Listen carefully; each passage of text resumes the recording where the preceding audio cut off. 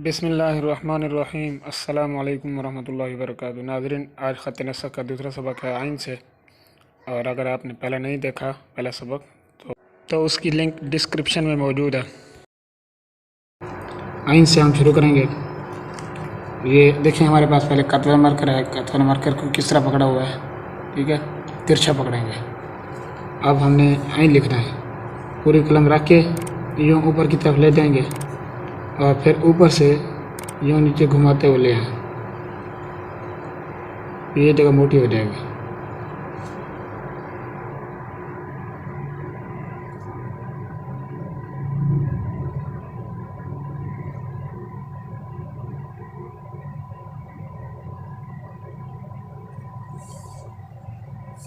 एक दो फिर देखो।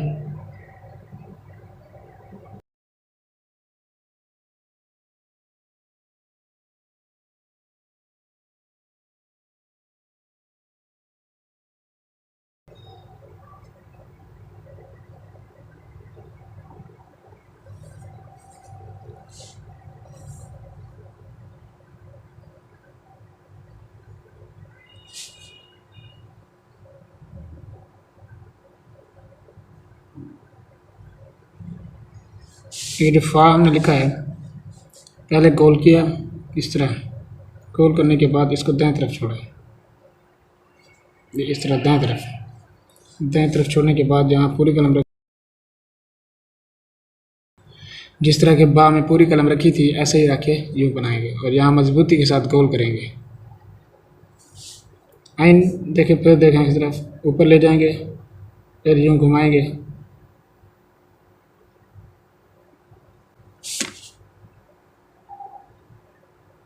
यूँ ऊपर की तरफ उठाएंगे तो ये नोक आ जाएगी। फा। अब हम लिख रहे हैं लफ्ज़ कौफ। ये उसी तरह बनाया फा में जैसे में बनाया था। ये शुरू वाली फा की शक्ल है, वैसे एक खाफ बना के यहाँ पूरी कलम रख के मजबूती के साथ यहाँ पर गोल दायरा बनाएंगे। यहाँ पर अकड़ा हुआ है।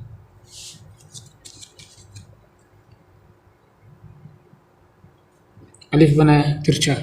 अलिफ बनाने के बाद ये इस तरह हमने बिल्कुल आसानी के साथ पूरी कलम को इस तरह घुमाया। तकरीबन तीन कट जितना आगे ले जाएंगे और ये इसका ताज बनाया। काफ बड़ा आसान है। एक और काफ जो है वो भी अरबी में आता है। पूरी कलम यूँ रखने के बाद इस तरह ले आएंगे। अब फिर पूरी कलम रखने के बाद इसको ऊपर इस तरह उठाएं कि लहर आ जाए। लहर आने के बाद नीचे छोड़ दें। यहाँ से फिर ऊपर उसी तरह लहर देनी जिस तरह ऊपर लहर दी थी। फिर देखें, ये यहाँ से ऊपर उठाएं तो नीचे भी उसी तरह उठाएंगे।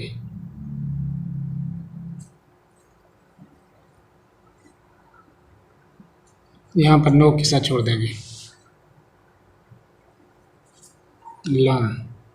लाम में देखें, पहले अलिफ तिरछा पतला मजबूती के साथ दायरा बनाएंगे जैसे कि पहले बनाते आए हैं दायरा। ये इसका ताज बन गया। ताज जो है ये कैसे बनाते हैं, यानी अलिफ से थोड़ा सा इस तरफ। अब मैंने इसको क्या करना है, यूँ मिला देना है, बिल्कुल अलिफ तक आ जाएगा। ये यहाँ तक। मीम देखें, ये पूरी कलम रखने के बाद ऊपर नीचे ले आएंगे।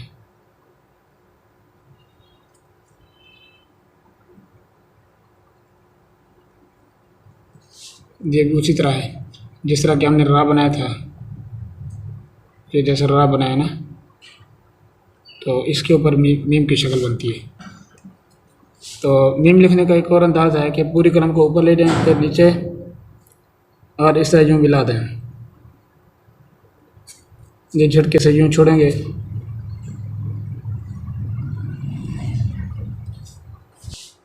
ये मीम समझ लें कि मीम पहले ऊपर ले जाएंगे, फिर नीचे ये शक्ल बन जाएगी और नीचे फिर पूरी कलम के साथ इसको मिला देंगे, बंद कर देंगे।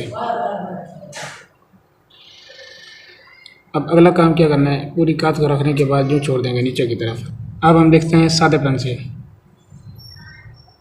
जब भी उसी तरीके से बनाएंगे जहाँ से वो शुरू किया था कात वाले से, इसी तरह इसको भी ऐसे ही शुरू करेंगे। ये जो है जिन का सिरा इस तरह बराबर है।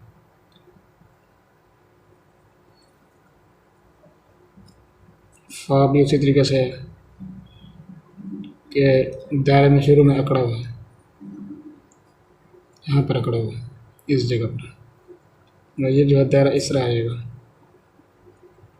अलिफ को पहले बनाने के बाद अब सीधी लकीर लगाएंगे, ये है काफ, इसके ऊपर भी ताज बनेगा वैसे। और ये काफ उसी तरीके से ऊपर ले जाएंगे, नीचे यहाँ पर अकड़ाव के साथ लहर देते हुए छोड़ देंगे। फिर देखें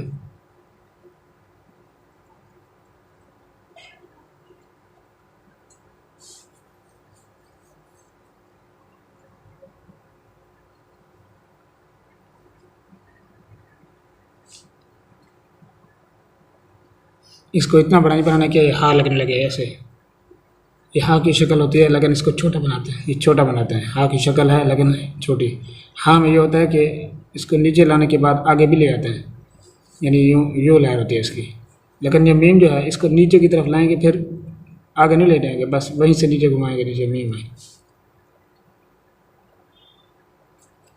अच्छा, इसमें अक्सर गलती करते हैं मीम लिखने में कि जब मीम इस तरह बनाते हैं तो बच्चे जो है वो इसे यूँ कर लेते हैं। याद रखें ये जो है ये हाँ बन गया है, तो ये लफ्ज़ गलत हो जाता है।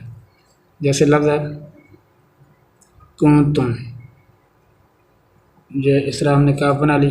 काफ बनाने के बाद ये देखें ये हमने बनाया मीम, या मैं इसको यूँ बनाता हूँ मीम को, तो इसको ऐसे नीचे छोड़ देना है, तो यूँ नहीं बनाना इसको, ये गलत हो जाएगा, ये हाँ है।